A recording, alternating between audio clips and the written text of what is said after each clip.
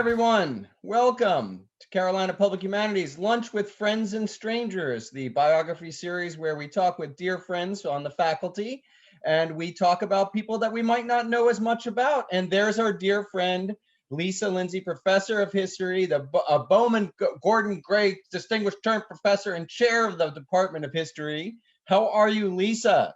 Great to see you, Max. I'm doing fine, thanks. How are you? I'm doing okay. How have you been holding up in this COVID business?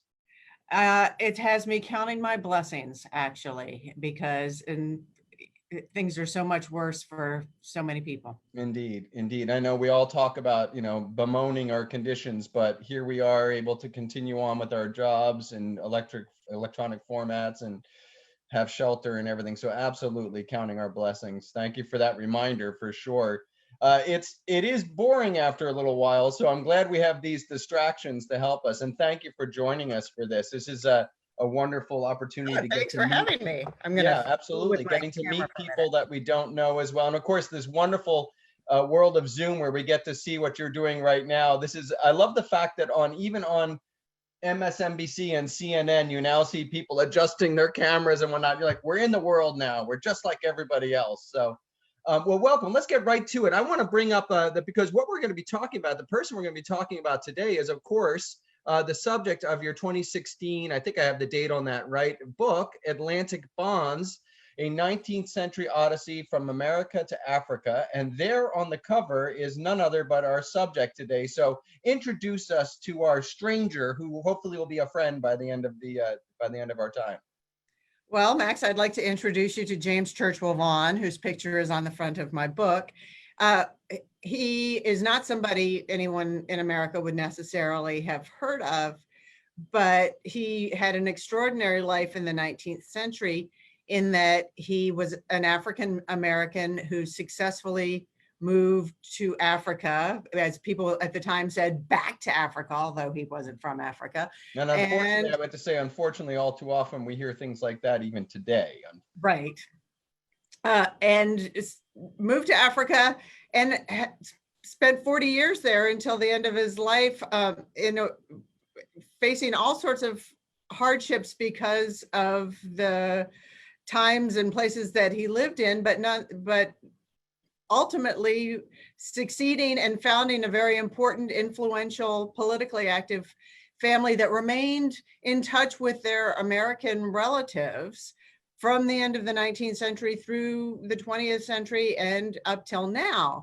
And so Vaughn's own personal struggles in life were very unusual and kind of amazing, but they also open up for me and for people who look at his history, the connections between the United States and Africa and the ongoing parallels and comparisons that one can see in this world of slavery and white supremacy that Vaughn lived in the 19th century and that unfortunately we still live with today.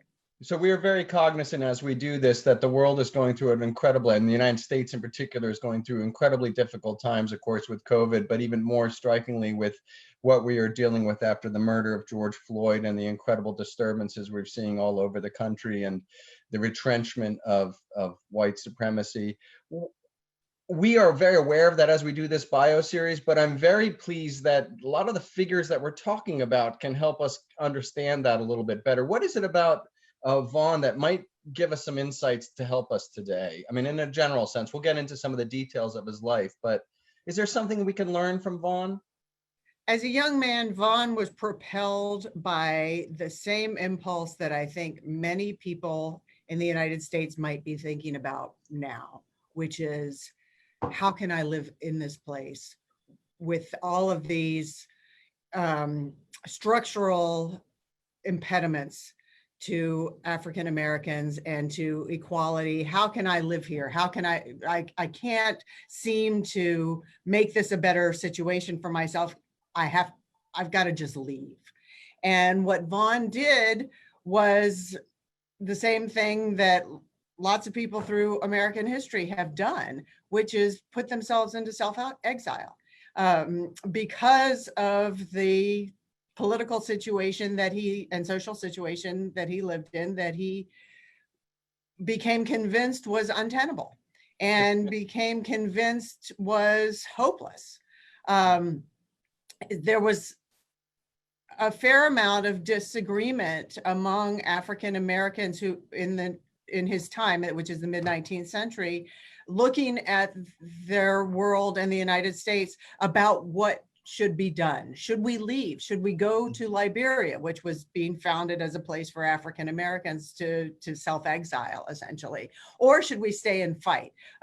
Frederick Douglass famously was against colonization, against African Americans going to Liberia, because he felt like this was their country and they shouldn't leave, they should stay and make it better. People like Vaughn said, that's impossible. We have to go to a place where we can at least make a fresh start. And so, I think that's not something that is all that foreign to people in our current situation. I know after Trump's election, many people I knew were thinking, oh, let's all move to Canada, or let's all move to France or whatever. And many of them in circumstances far less desperate, I'm sure, than Vaughn might have been facing in South Carolina. Is that right? Absolutely. Yeah, so. But this idea of looking for a better place, I think it's not so foreign to our own time. Well, it's very interesting, too, because the American mythos is always that we're a place of refuge and we're a place where people come to. And I don't think Americans are very comfortable with the thought that there's a whole other discourse of self-exile and getting out of America. So it's very interesting to encounter a person like this. I had asked all of the people who came on the bio series to compare them to someone. You said they're a very difficult person to compare them to, but perhaps we could contextualize Vaughn in something like a later movement like Marcus Garvey's movements. Can you tell me what is different about the 19th century impetus that Vaughn was feeling and the context in which he went over compared to, say, the 20th century, where Marcus Garvey and that movement is much more prevalent? Well, so readers or listeners may be familiar with the Garveyite movement of the 1920s, this notion of going back to Africa. But Garvey didn't invent the sentiment. And it came on the heels of others in the early 20th century and in the 19th century who thought about trying to create some kind of emigration movement of African Americans to Africa. And there's two ways to look at this. One is a more positive approach, which I think Vaughn and Garvey and others had, that this would be a way of finding fulfillment, of pursuing their destinies, of reconnecting with the continent of their ancestors, of undoing the harm of the slave trade. The other way of looking at that is the critique that many had of the American Colonization Society from its inception in the 18 teens, which is that it was trying to dispel African Americans from the United States and to say, you're not welcome here. This is not your country. You're supposed to belong in Africa because that's the place for Black people. And so you should go and get out of here. And that's what Frederick Douglass and others who were opposed to the colonization movement were opposed to, this notion that colonization or moving back to Africa was some kind of racially programmed way of ridding the United States of people who rightfully belonged here. It also seems to certainly flatten out the difference of Africa. Africa is a massive place. We know that enslaved Africans came from many different areas, most from West Africa, but even West Africa is an amazingly large place with a difference. Senegal being very different from Nigeria, being very different from Liberia, not to mention Angola and other places further south where slaves were coming from. So how does that element of sort of flattening out difference go back to Africa? How does that, I mean, were people aware of this discourse that where in Africa do we go?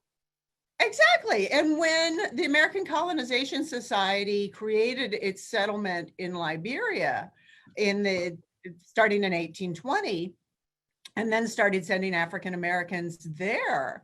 There was a discourse that Africans were going back to their homeland, but very, very few of them had any kinds of personal connections to that particular stretch of territory that became the country of Liberia. First of all, because most African Americans' ancestors had been brought to the United States a century or so before that. And second, because as you say, many of the ancestors of African Americans had come from a wide variety of places. And blended families, even, blending of, so, in the slave institution, slaves were brought from different places, but they might end up several generations down the road being a mixture of somebody from Angola, somebody from, is that accurate? I don't want to, so that the sense of heritage is, in some ways, it reifies the idea, yes, all of Africa is my heritage, but it certainly makes it that much even more difficult to find out where your home is, if you will. Yeah, absolutely. And one of the things that Vaughn encountered when he went to Liberia, and then later on when he went to what became Nigeria, is that he was utterly an outsider. And despite any kind of discourse of the promoters of the American colonization project or the missionaries who hired Vaughn to go to Nigeria with them, he didn't have family ties in those places until he made them himself. And he didn't have any kind of natural association there. Now, later on, Vaughn was remembered by his descendants as someone who had returned to the place that his ancestors had been forcibly taken from. And there are good reasons why people would like to tell that story. I think we have some pictures. Evidence that he had any pre-existing connections to the place. Why don't we delve into that issue? But let's go back to the origins and beginnings. And I'm just going to pull up a picture. You sent me so many great pictures that we're going to pull up as many of them as we can. And starting with origins, to be sure, this is Camden, Kershaw County, a place I drive through, by the way, several times a year, taking my son to Columbia to college. So this is, we assume this is where Kershaw is from. When was Kershaw born? I mean, not Kershaw, that's the name of the county. When was Vaughn born? 1828. 1828. So here we have, and what can you tell us about Kershaw County, Camden in 1828, besides that I'm sure it's full of racism? It was part of the so-called South Carolina upcountry. South Carolina was initially, Europeans populated South Carolina from the coast. And the early European settlements were around Charleston, and the development of rice plantations is well known. And it wasn't until the early 19th century that European settlers began moving inland from the coast, and Kershaw was a trading settlement based, it had been a native, or Camden had been a Native American trading settlement.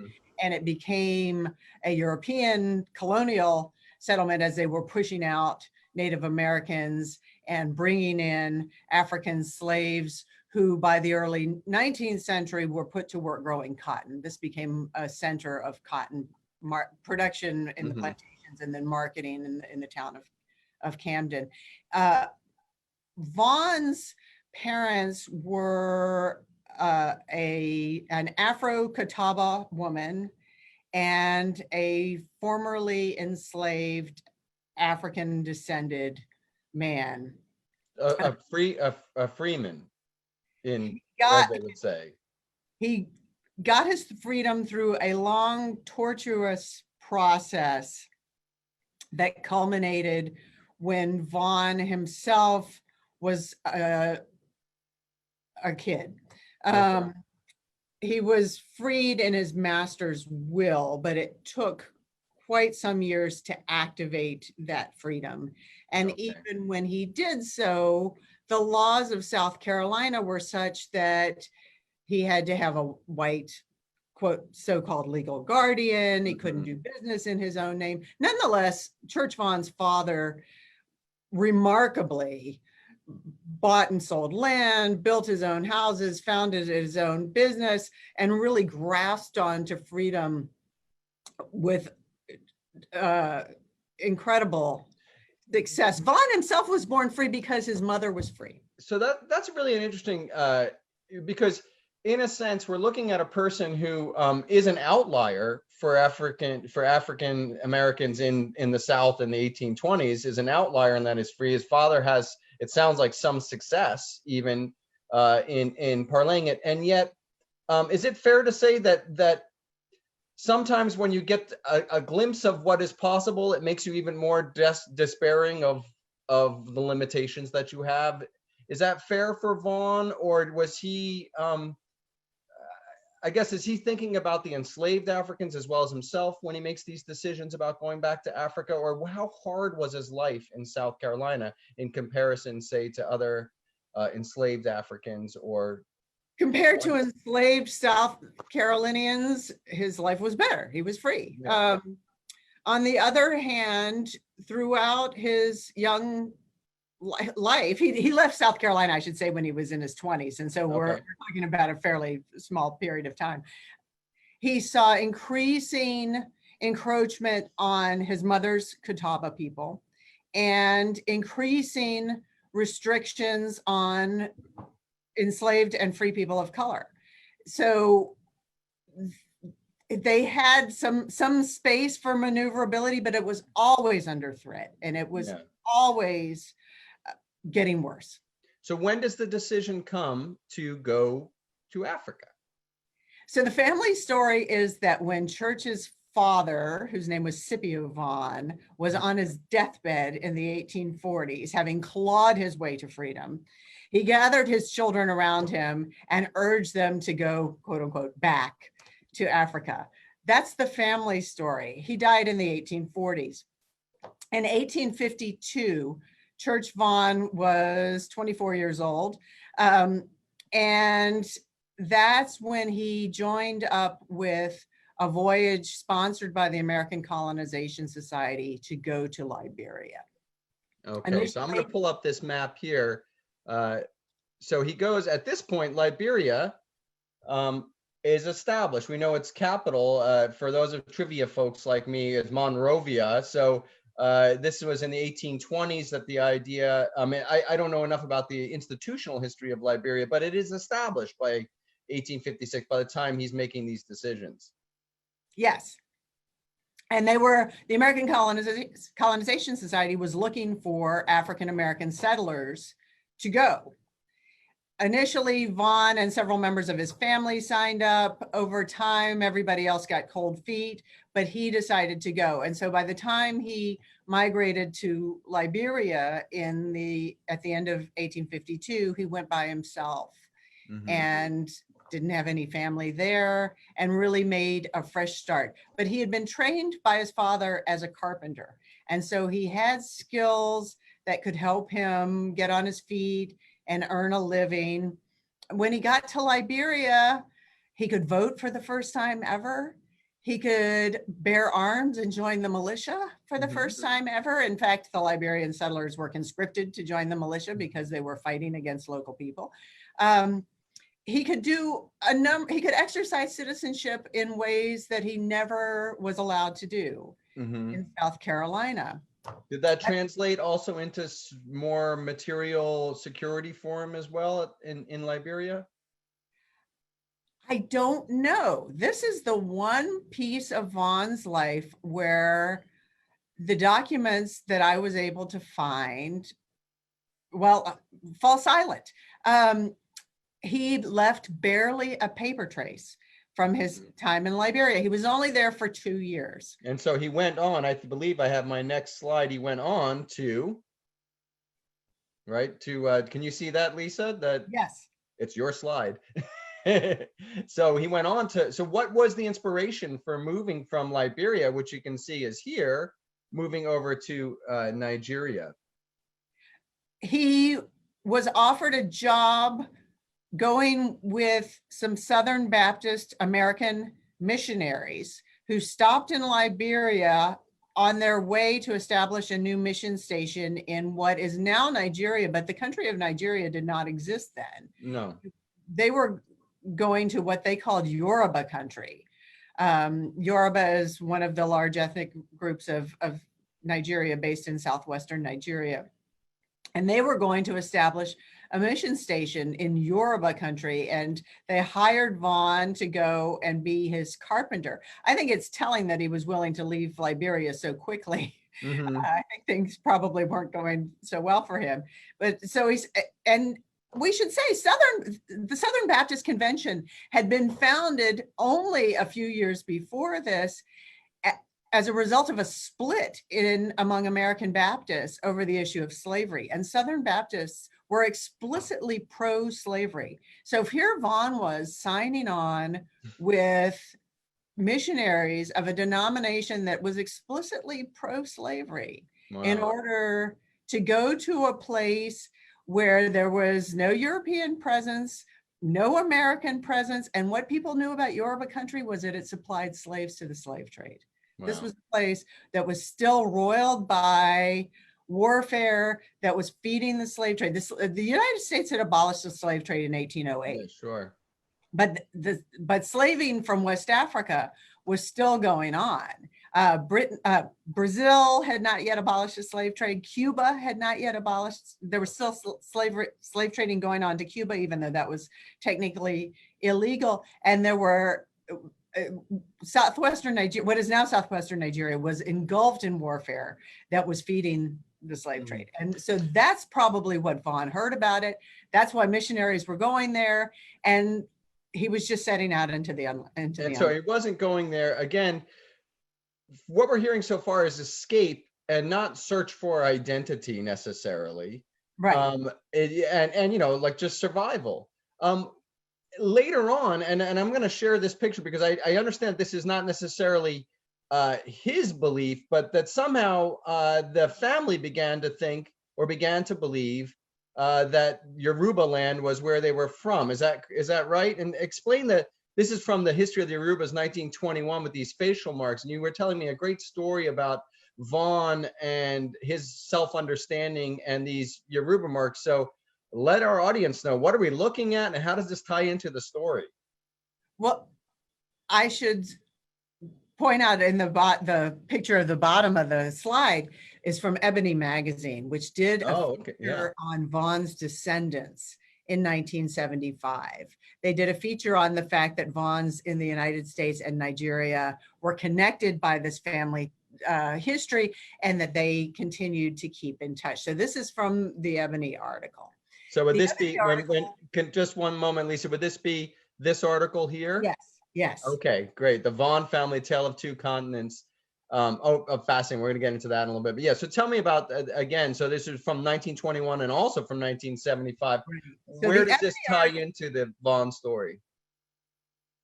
It recounted that Vaughn's descendants in Nigeria and the United States told a story about him, which is that when he got to Yoruba land, he saw people with the same country marks, so-called country marks, that as his father had. Now, country marks are what's pictured here in this slide. There are a number of different markings in Yoruba country, and it's not just Yoruba, but elsewhere in parts of Atlantic Africa too. People marked members of their communities by imposing facial scars in order to identify them with where they came from. So and this is thought to have developed and really flourished in the period of the slave trade, so that people could be identified with where they came from if they were separated from their people. Wow. So the family story is that Vaughn got to Yoruba country. He recognized facial markings of people there as matching those of his father, and he knew that he was back where his father had been kidnapped from. So this is where identity comes into it. What's that? This is where identity comes in, where he begins to actually, this is now just not just escape, but I've found home. I have found home. I found my people. I found my father's people, and undone the family alienation that was at the heart of slaving in the Western world. And what did you find out about this, Lisa? So I was really entranced, intrigued by this story. Over the course of several years of research, however, I found that it couldn't literally be true.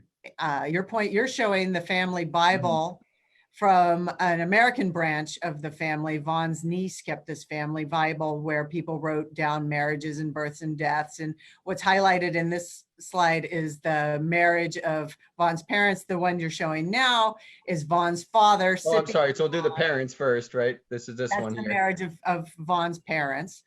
But if you go ahead to the next one, there's Scipio Vaughn, Church Vaughn's father, born in Richmond, Virginia, 1780. So he couldn't possibly, well, he's not likely to have had Yoruba facial marks.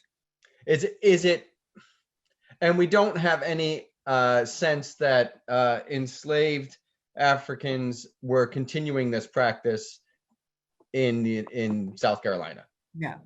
Okay. I kept digging. There's further evidence that all confirms that Vaughn's father was born in Richmond, Virginia. So the story is apocryphal. And there are good reasons why subsequent generations of the family in both Nigeria and the United States told it and retold it and passed it back and forth. There's a line from this brilliant literary scholar, Saida Hartman, in one of her books that said, it's only when you're stranded in a hostile country that you need a romance of origins. And I think that this story was a way for Vaughn's descendants and the descendants of his relatives in the United States to make their place there, to assert their belonging, and to make assertions, positive assertions about who they were. And so we're talking about the story that continues from the Ebony article from the 1970s, a story that continues in Nigeria and in the United States. And both of these are added, I assume both branches of the family are adding their own sort of, legends to the story as well. Tell us who this person is and when were they alive and where do they fit in the story of the family? This is a picture of Church Vaughn's granddaughter, a Nigerian woman named Kofo Ademola. That's her married name. And she was the person who I was who I was first interested in, who led me to Vaughn, in fact. She was a women's rights advocate in the mid-20th century Nigeria. She was married to the first Chief Justice of the Nigerian Supreme Court, and she was a real activist. And I thought, after I finished my last book on gender and Nigerian history, that I was going to write something about women's history in Nigeria. And I began reading a biography of Kofo Ademola. And that's where I read the line that she's traced her descent back to an Afro-Cherokee slave of Egba descent in North Carolina and a Benin princess. This was in a biography of Kofo Ademola, and that's what got me looking for Vaughn. I became intrigued by this. I wondered how all these influences and all these people had come together, and I found out about her grandfather, who was James Churchill Vaughn, who had come from South Carolina to Nigeria. So she was my entryway into the project. That's fascinating. I love those little things you see. You say, "Oh, wait a second, what's going on with this?" Right? But it is interesting that this person who worthy of study herself, and for what she did in the 50s, certainly, the origin story is of importance to her as well, right? In the sense that it wasn't said with a sense of shame that the ancestor was an enslaved person, and it was said, from what I'm reading, just a small quote, I don't know exactly, but it sounds like a sense of pride in having this these diverse origins, which is interesting. Back in Africa, celebrating diverse origins and the difficulties that we've already seen. Oh no, I lost you, Max. Could you no! say it again, please. Oh no! Well, it was pretty much. Why don't we continue on? I was just making an observation. If it was lost to technology, we're just going to move on. I do want to talk a little bit more about some of the descendants because as you were saying, they continue on on both sides of the Atlantic, having interesting lives and interesting careers. But let's talk briefly about these folks. I want to pull up the picture here. The children of, of course, this is where this doesn't happen on MSNBC, but you know, we're not going to worry about it. There we go. There we go. There we go. So these are the children of J.C. Vaughn, J.C. being what he was often called. That's how he signed his name, or okay. He appeared in records. Someone else is known as JC too, you know. I just want to throw that out there. So tell me about the children. I mean, how quickly, I mean, what was life like for Vaughn in Nigeria that he could have children, and what kind of success and lives did they have? When Vaughn first got to what became Nigeria in 1856-57, like I was saying, it was roiled by warfare. And he, in fact, was taken captive in one of the wars that was feeding the slave trade. It was a war that generated something like 13,000 captives that ended up mostly in Cuba. And he made an escape. He ended up surviving that warfare, moving to a town called Abeokuta, where several years later, the local ruler expelled all Christians because the local ruler was worried about the expansion of British influence at the port of Lagos. And because Vaughn was associated with Christian missionaries, he was expelled from the town too. By that time, he had married a woman from the nearby kingdom of Benin, and they had had their first child, James Wilson Vaughn, the person. So that's the princess from Benin that they were talking about. Yeah, she wasn't a princess, though, as I found out. She was probably an ex-slave war refugee who had taken refuge at the mission. But they were kicked out of Abeokuta and walked to Lagos, which is about 70 miles. Wow. And made a new start in Lagos in the early 1860s, just as Lagos was coming under British colonial influence. And that's where Vaughn spent the rest of his life until he died in 1893. And he struggled at first, but he had these carpentry skills. And the city was a city on the make. Lots of people were moving in, not just British colonials. In fact, there were very few of them, but returnees from Sierra Leone and Brazil who were refugees from slavery, and people who were coming from the hinterland. And he made a living as a carpenter, and then he expanded into a hardware business, selling building supplies to other carpenters. What you're showing now is the house that his son built. Okay.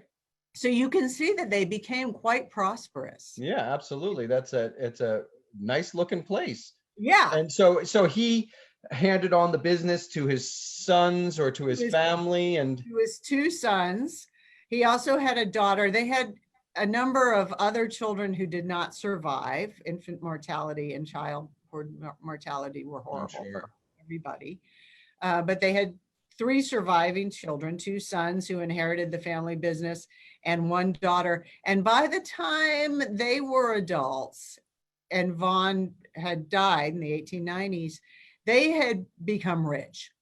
These are the people we were looking at before, right, recently. Okay. Right. And one of the points that I make by the end of the book is that although Vaughn is remembered by his descendants as someone who returned to his roots and found his people, that wasn't what he was concerned about. What he was concerned about was making money, establishing himself in this new place, creating business and educational opportunities for his children. I should say his 3 children were extremely well educated for the time. Were they educated in Nigeria? Were they sent abroad for education? The 2 sons were educated in Nigeria. The daughter was sent to England, as was her daughter, Kofo Ademola, whose picture you showed minutes ago. Kofo Ademola was the first African woman to get a degree from Oxford University. Okay, wow. So they invested in business and in education.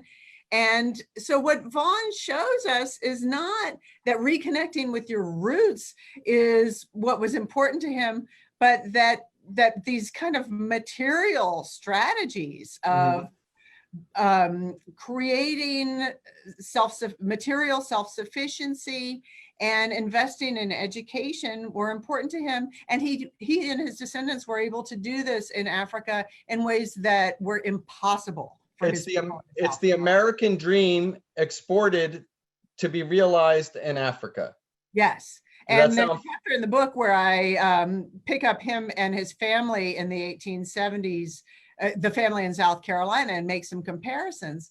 And they were doing much better in Nigeria. Vaughn, in fact, sent gold from Nigeria, from the profits of his trading business, to help bail out his family members in South Carolina. Wow. Who had fallen on hard times during the period of Reconstruction. This is a remarkable story. I want to open up for any questions. I do have a question coming on board. I'm going to share the screen one more time while we try to get some questions in here. And certainly, Lisa, we have just scratched the surface here, of course. So if there's anything that I've neglected to ask you, let me know. I just want to share the screen where everyone ends up in the same place, not necessarily physically, but this is the cemetery where you can go and visit Vaughn's gravesite, I assume. Yes, it's in central Lagos. And is this what is on the stone itself, or? Yes, it wraps around the base of that big pedestal. And so it's a little life history that his survivors, which would be his widow and children, had engraved for him to be remembered by. Yeah, his life in Africa was characterized by many vicissitudes, in all of which he proved himself equal to the attendant difficulties. It doesn't say he was a Yoruba man who came home. No. It says he worked hard, he faced oppression, and he struggled and succeeded. That's great. And, of course, I just, judging, this is not your average size monument. So again, somebody who, even by 1853, was this put up right after he had died, or was it the family? He died in 1893, but yes. Okay. So fantastic. Oh yeah, I'm sorry. Yes, later he migrated to Africa in 1853. I remember we talked about this a few minutes ago. Well, let's get to a couple questions if we can, and of course, Lisa, if there's anything I've missed, let me know. And I do have some other pictures I'd like to bring up, but we have a question here from Diana Devereaux. Are women being sent to England to get a Western education for marriageability? Diana asks. In part, there was a sense that the educated African elite of the late 19th century Lagos needed to have educated elite wives. And so there was some of that. There certainly was the expectation that even educated women would marry, which is what Vaughn's daughter did. Vaughn's daughter, who was Kofo Ademola's mother, was educated abroad, didn't get a university degree, but was sent to England for education. And there she met her husband, who was also a member of the Nigerian educated elite. They came back to the United States after they got married. He was a barrister and was one of the first elected African members of the Lagos Town Council. So he was very politically active. She was politically active as his supporter, but also had a trading business of her own and was engaged in profitable trade. And the two of them had a household that was full of business people, visiting business people, politicians, political activity. And supposedly in their house, they spoke Yoruba because that's what people did. But on Sundays, they required everyone in the family to speak English, so that they could reinforce the use of the King's English in their household as a way of keeping their access to that educated elite and to the arms of colonial government. On Sundays. And of course, I'm sure the language of was the language of the Baptist. How about religiously? Was he continuing to be a Baptist his whole life? Vaughn continued to be a Baptist his whole life, and we haven't even talked about the fact that he led a revolt against the Missionary Baptist Church and helped to found the first non-missionary Christian church in West. Don't tease us like this. Out the racist American missionary. So he helped to found this independent Baptist church in Nigeria. His sons continued to be members of it. His daughter, by marrying into the elite of Lagos, became an Anglican, because that's where most of the elites were. So is that the church? That's the church. That building was knocked down and replaced by a grander Ebenezer Baptist church that stands in central Lagos now, but that's the one that was built in the late 19th century. Wow, what a fascinating story. So, you know, it's not all peaceful, no conflict. Obviously, he's, you know, being captured for a while. I mean, it's a struggle to get the American dream in other places, isn't it? Anyway, I have another interesting question. This one's about your research. This is from Alicia Allison. Was the family disappointed at your debunking that JC's dad likely had markings on his face? What was the reaction? Have you remained in dialogue with them? Sounds like the identity piece was important to them. It was very important to them, and some of them didn't want to believe it and thought of various other hypotheses what could have happened, and you know, I'm sympathetic to that. Other members of the family believe the evidence. You know, like all families, there's diversity of opinion, but many members of the family did help me with the research, and I'm very grateful to that. One, the eldest member of the family, who has recently passed away, convened a family reunion while I was there so that I could meet a wide range of relatives.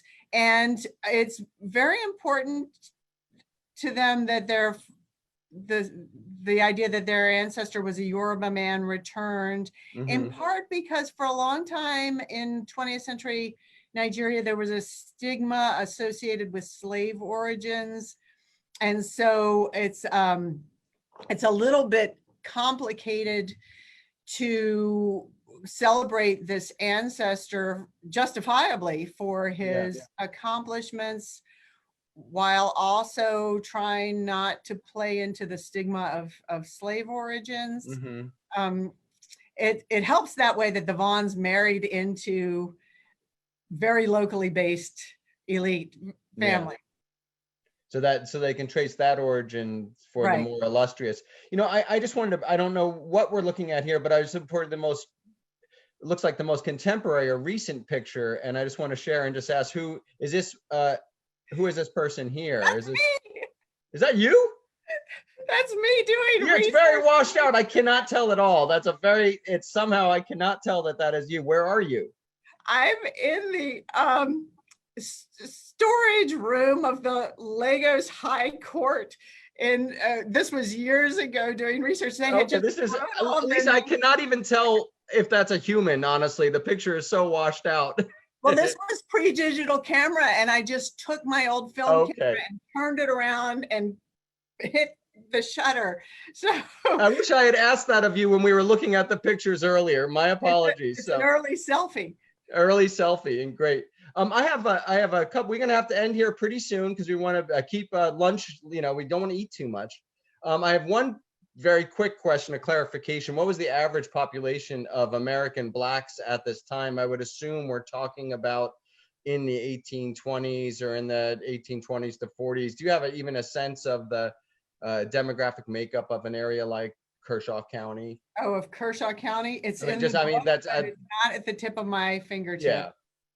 That's a pretty detailed, and it's also a very broad question. So Lorraine, I think we would want to probably hone in on exactly when and where, and then we might be having to run to our research and reference books for that question. But it's in my book. I just don't have it in the front of my mind anymore. I want to say 10,000 African Americans in Kershaw County in the 1820s. Okay. But I'd have to look it up. Yeah, you could. We won't hold you to it.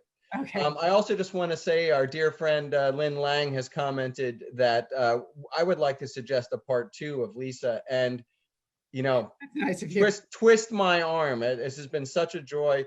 Is there any last thing that we should know? What is it we should know about James Churchill Vaughn that we haven't covered? I feel bad we haven't gotten to some of those wonderful pictures and family trees, but we can share that. What I will do for everyone who is interested, if it's okay with you, Lisa, I will share the pictures, all the pictures with the audience, if that's okay with Sure. Sure, So- the pictures are from a talk that I sometimes give about Vaughn, which is Okay. why it has a title at the front and so on. Okay, so I'll put that up for you. We'll put that PowerPoint in the chat for you and make sure it's attached to other when we put this up on our YouTube channel and on our Facebook. Lisa, thank you so much for joining us. Lunch with Friends, you are such a dear friend, and I thank you. Spending time with you like this has been a pleasure. And certainly spending time with James Churchill Vaughn has been fantastic as well. My pleasure too. Thank you so much for having me and for doing this. And you are back in charge of the history department on July 1, is that correct? Our fearless leader. So everyone, you can get the book, Atlantic Bonds. Please look up Lisa Lindsay, and who knows, we'll have a part 2 soon enough, hopefully. Lisa, thank you so much. Thanks everybody who tuned in. Great. Thanks, Goodbye, Matt. everyone. We want to thank all of our sponsors, Cotton Merker Group at Morgan Stanley, Carolina Meadows, and our dear partner, the General Alumni Association, who has been putting on all of these online projects for us, with us in partnership. So thank you.